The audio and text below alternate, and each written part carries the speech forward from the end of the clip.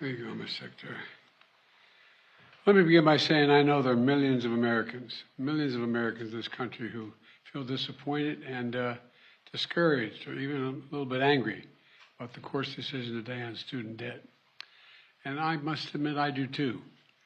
Before I tell you the steps we're going to take and want to talk about what we've been able to achieve so far on student loan over the past few years. First, we made the largest increase in Pell Grants in over a decade, helping students from families who nearly all make less than $60,000 a year.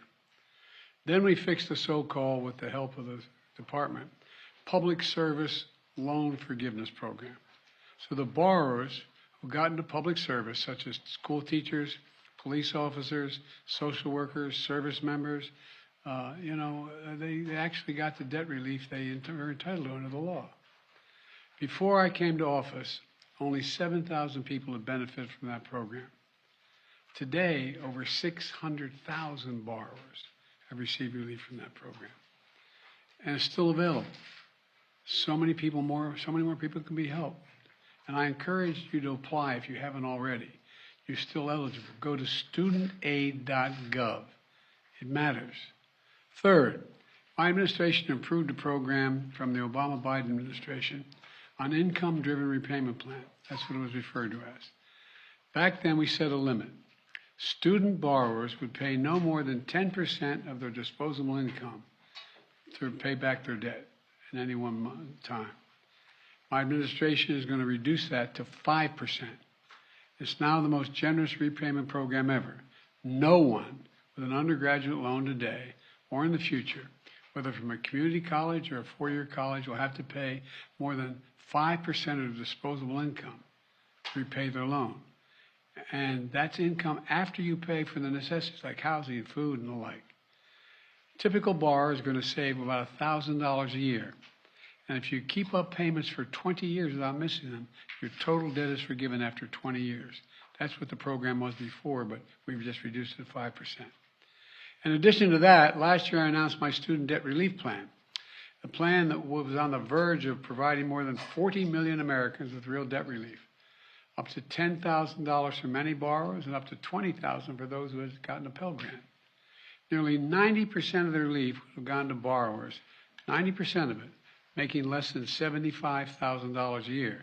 And no one making over $125,000 a year would qualify. This program was all set to begin. The website had been set up, the applications had been simplified so that it took less than 5 minutes to complete. Notice had been sent out to people about the relief they were eligible for. 16 million people had already been approved. The money was literally about to go out the door. And then Republican elected officials and special interests stepped in. They said, no.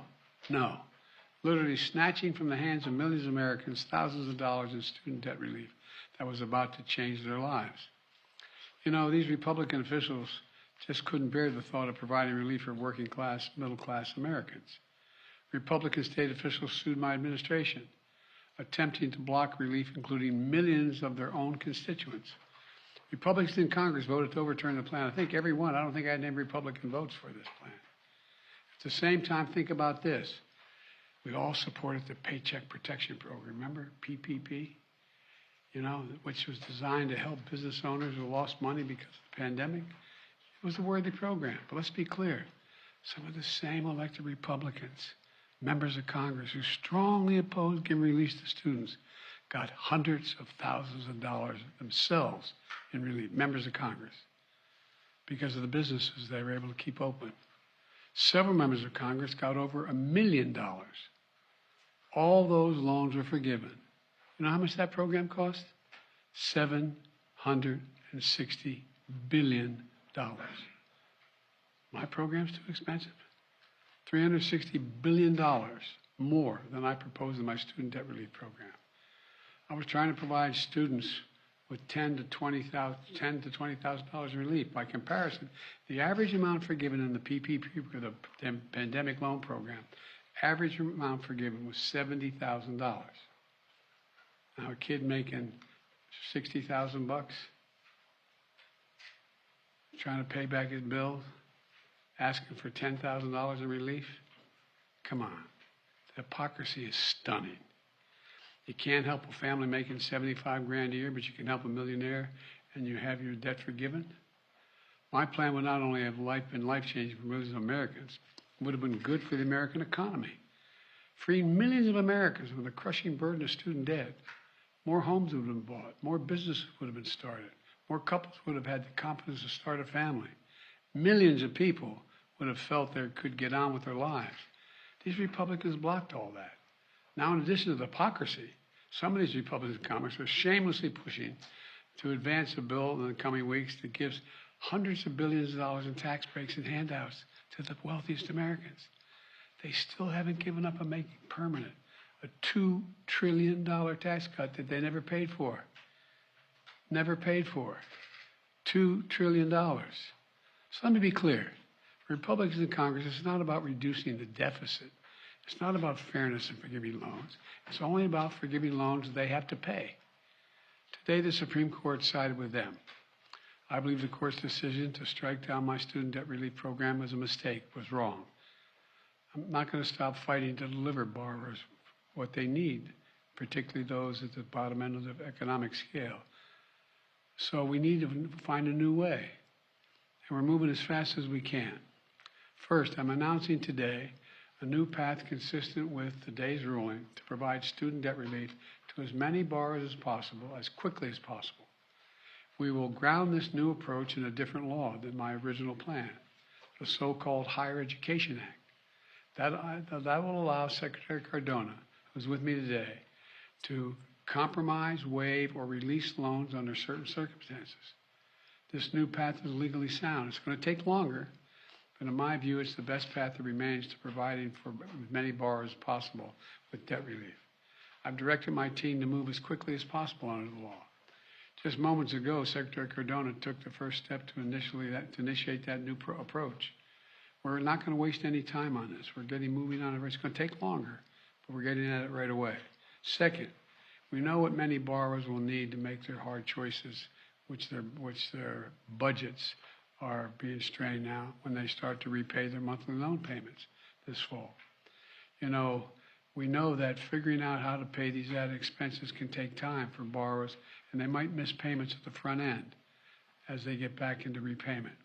Normally, this could lead borrowers to fall into delinquency and default. But without their it will hurt their financial security, and that's not good for them or the economy. That's why we're creating a temporary 12-month, what we're calling on-ramp repayment program. And now, this is not the same as a student loan pause. It's been in effect for the past 3 years.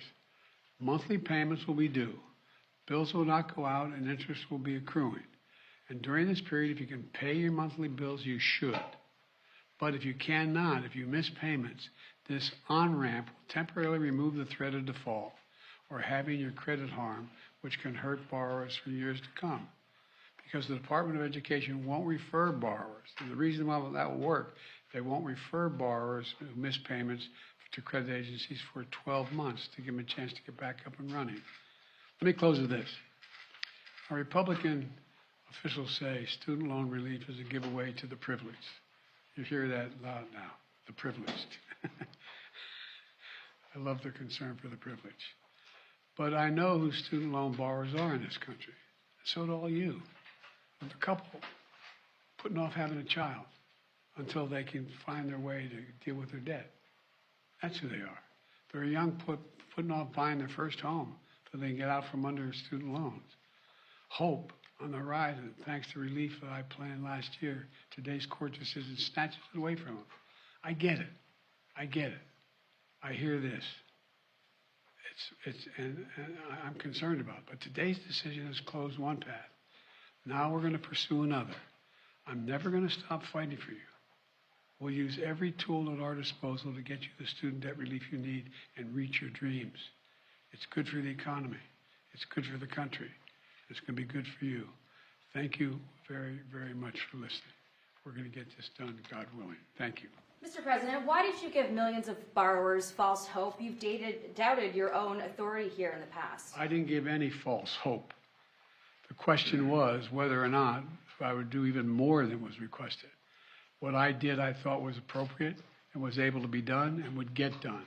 I didn't give borrowers false hope, but the Republicans snatched away the hope that they were given, and it's real hope. Thank you. Mr. President, will you cancel SCOTUS Act? Your authority. Did you overstep your authority?